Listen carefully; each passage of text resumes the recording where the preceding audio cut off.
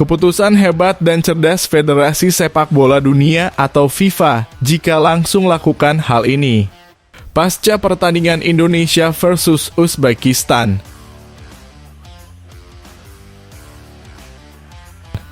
Alhamdulillah, kabar baik langsung diterima timnas Indonesia. Bikin fans Garuda nggak jadi nangis karena kekalahan kemarin.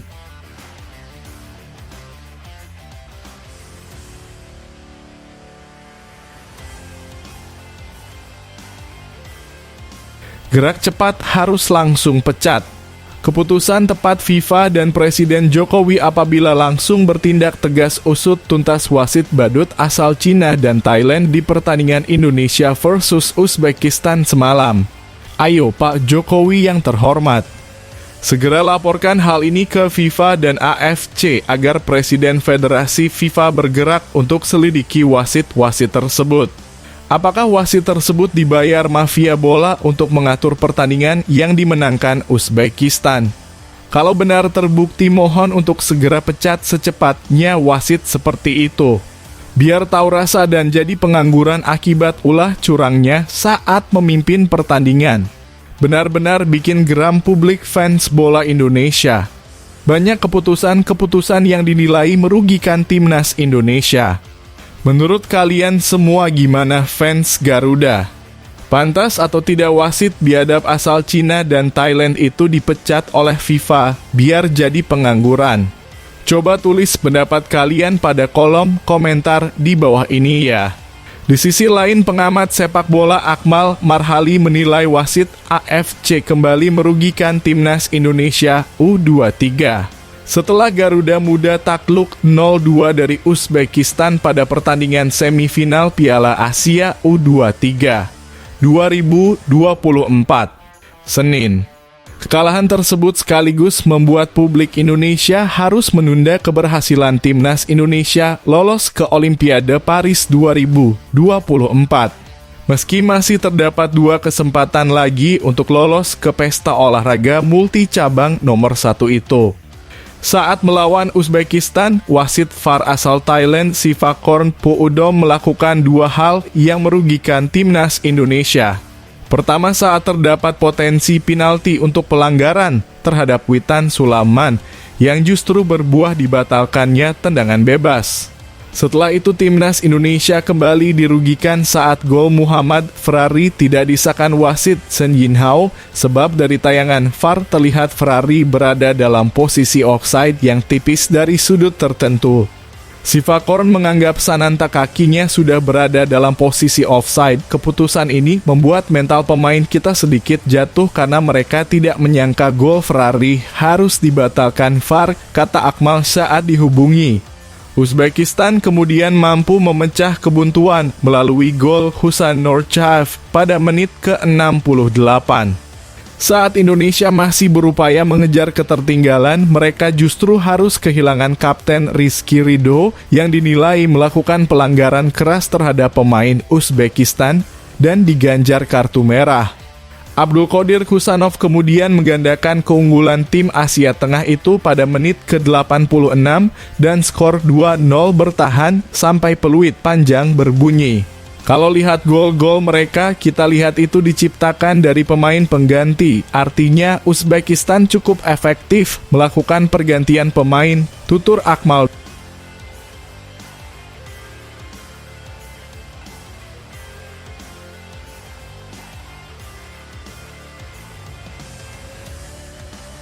Alhamdulillah, ada kabar baik buat fans timnas Indonesia. Kita jangan bersedih dulu.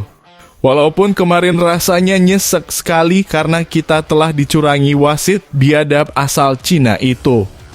Karena Indonesia masih punya 1 laga hidup mati lagi untuk menentukan lolos tidaknya Indonesia ke Olimpiade.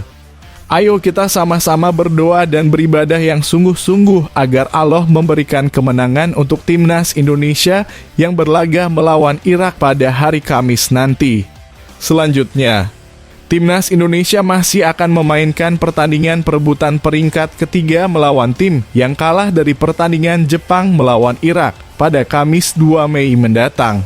Timnas Indonesia U23 dipastikan gagal lolos ke final Piala Asia U23 2024. Skuad Garuda Nusantara harus menelan kekalahan di babak semifinal.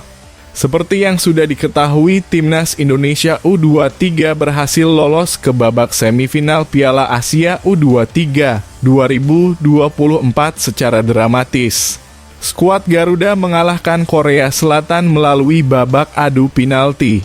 Di semifinal, skuad Garuda berhadapan dengan salah satu unggulan juara, Uzbekistan U23. Kali ini, skuad Garuda harus mengakui keunggulan sang lawan. Indonesia kalah dengan skor 2-0 di laga ini. Meski begitu, perjalanan Timnas Indonesia U23 di Piala Asia U23 2024 belum selesai, karena skuad Garuda akan memainkan satu pertandingan lagi. Di Piala Asia U23 sendiri ada perebutan juara ketiga. Ini disebabkan Piala Asia U23 2024 ini digunakan sebagai kualifikasi wakil Asia untuk Olimpiade Prancis 2024. Ada 3 jatah untuk wakil Asia di turnamen tersebut. Alhasil ada perebutan juara ketiga untuk mengamankan slot terakhir wakil Asia di Piala Asia U23 2024.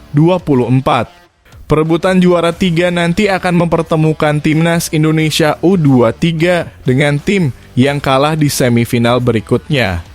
Pertandingan semifinal berikutnya mempertemukan Timnas Irak U-Strip 23 versus Timnas Jepang. Pertandingan ini dijadwalkan pada hari Selasa 30 April 2024 ke 00.30 waktu Indonesia Barat. Pertandingan ini dimenangkan oleh Timnas Jepang U23. Deyang Samurai Blues berhasil mengalahkan Irak dengan skor 2-0 berkat gol Mao Hosoya dan Ryotaro Araki. Alhasil Timnas Irak U23 akan menjadi lawan Timnas Indonesia U23 di perebutan juara 3 nanti.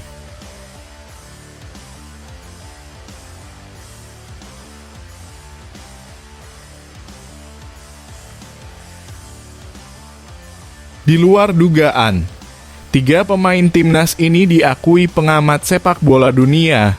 Sungguh kabar yang sangat membanggakan buat publik fans Garuda.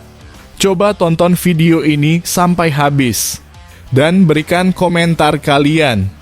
Apakah kalian juga bangga dengar pengakuan mengejutkan dari pengamat sepak bola dunia untuk pemain Timnas Indonesia ini? Selanjutnya, pengamat sepak bola asing Ben Griffiths mengungkapkan kekaguman karena pemain Timnas Indonesia U23 yang tampil di Piala Asia U23 2024 mengantongi banyak caps di skuad senior. Hal itu disampaikan Griffiths di akun X miliknya saat tim Garuda Muda melakoni duel adu penalti yang dimenangi dengan skor 11-10 di Stadion Abdullah bin Khalifa, Doha, Jumat 26 April dini hari waktu Indonesia Barat. Ia menyebutkan nama-nama sejumlah pemain seperti Witan Sulaiman, Rizky Ridho, Hernando Ari, Marcelino Ferdinand, Ramadan Sananta, hingga Pratama Arhan. Sungguh tak masuk akal Witan Sulaiman punya 36 caps bersama Indonesia U23 dan juga 44 caps bersama tim senior. Rizky Ridho mengantongi 29 caps di U23 dan 35 caps bersama timnas senior. Hernando Ari 29 di U23 dan 12 senior. Begitu banyak pengalaman internasional untuk pemain kunci yang membawa Korea hingga adu penalti, tulisnya. Marcelino 22 caps untuk U23 dan 23 untuk senior. Sananta di 18 U23 dan 12 senior. Arhan 14 untuk U23 tetapi caps di timnas senior sudah 43 dan lain-lain. Itu gila dan sangat berbeda dengan tim U23 manapun di dunia menurut saya. Nama-nama yang disebut Griffiths memang sudah jadi kekuatan utama timnas Indonesia. Pemain seperti Witan, Ridho, Hernando, Marcelino, hingga Arhan jadi langganan starter di timnas Indonesia sejak kedatangan Shin Tae-yong. Kondisi yang berbeda mungkin didapat Sananta.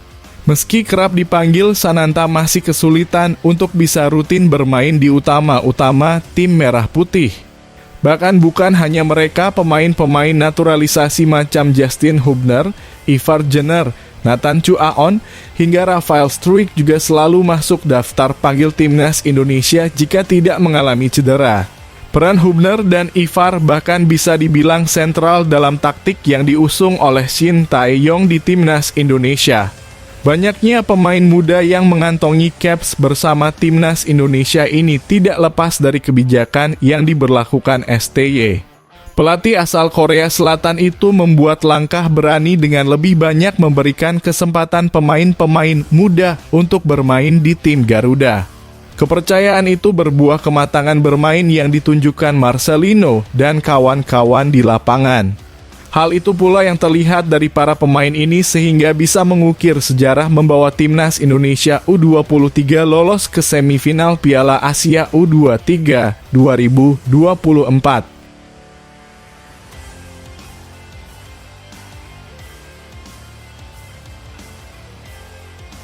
Semua dibikin kaget dengan pernyataan pelatih Uzbekistan.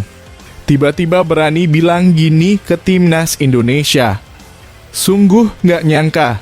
Padahal Uzbekistan adalah tim kandidat juara sedangkan Indonesia hanyalah tim yang baru pertama kali ikut ajang kompetisi Piala Asia U23 ini. Fans timnas bisa terharu bangga sampai guling-guling dengarnya. Bagaimana bunyi pernyataannya? Tonton video ini sampai habis ya guys. Jangan sampai pergi dulu sebelum habis menontonnya. Timnas Indonesia U23 dapat pujian sebelum melawan Uzbekistan U23 pada semifinal Piala Asia U23 2024 Senin 29 April. Laga Timnas Indonesia U23 versus Korea Selatan U23 berjalan alot hingga wasit harus menentukan pemenang melalui adu penalti. Sebab kedua tim sama kuat karena masing-masing tim berhasil mencetak 2 gol. Timnas Indonesia U23 berhasil mencetak gol melalui Rafael Struijk menit 15 dan menit 45 tambah 3. Sedangkan Korea Selatan U23 mencetak angka dari gol bunuh diri Komang Teguh di menit 45 dan Jeong Sang-bin di menit 84. Namun timnas Indonesia U23 berhasil mengalahkan Korea Selatan U23 setelah melewati drama adu penalti 11 hingga 10. Hernando Ari berhasil menepis tendangan eksekutor ke-6 Kam Sang Yo-on dan ke-12 Lee Kang-hae dalam adu penalti tersebut. Alhasil skuad asuhan Shin Tae-yong berhasil melaju ke semifinal Piala Asia U23 2024 untuk pertama kalinya. Di sisi lain, Uzbekistan U23 juga berhasil mengalahkan Arab Saudi U23 pada babak 8 besar. Uzbekistan U23 mengalahkan Arab Saudi U23 dengan skor 2-0. 2 gol Uzbekistan dicetak oleh Norchaev menit 45 dan Rahmon Aliyev menit 84. Alhasil Uzbekistan U23 bakal bertemu timnas Indonesia U23 di semifinal Piala Asia U23 2024. Pelatih Uzbekistan Timur Kapadze mengakui kebolehan para pemain timnas Indonesia U23. Sebab Timur Kapadze mengaku melihat pertandingan Indonesia U23 versus Korea Selatan U23. Fokus kami adalah ke pertandingan melawan Arab Saudi hari ini, tapi kami juga melihat pertandingan Indonesia lawan Korea, kata Timur Kapadze.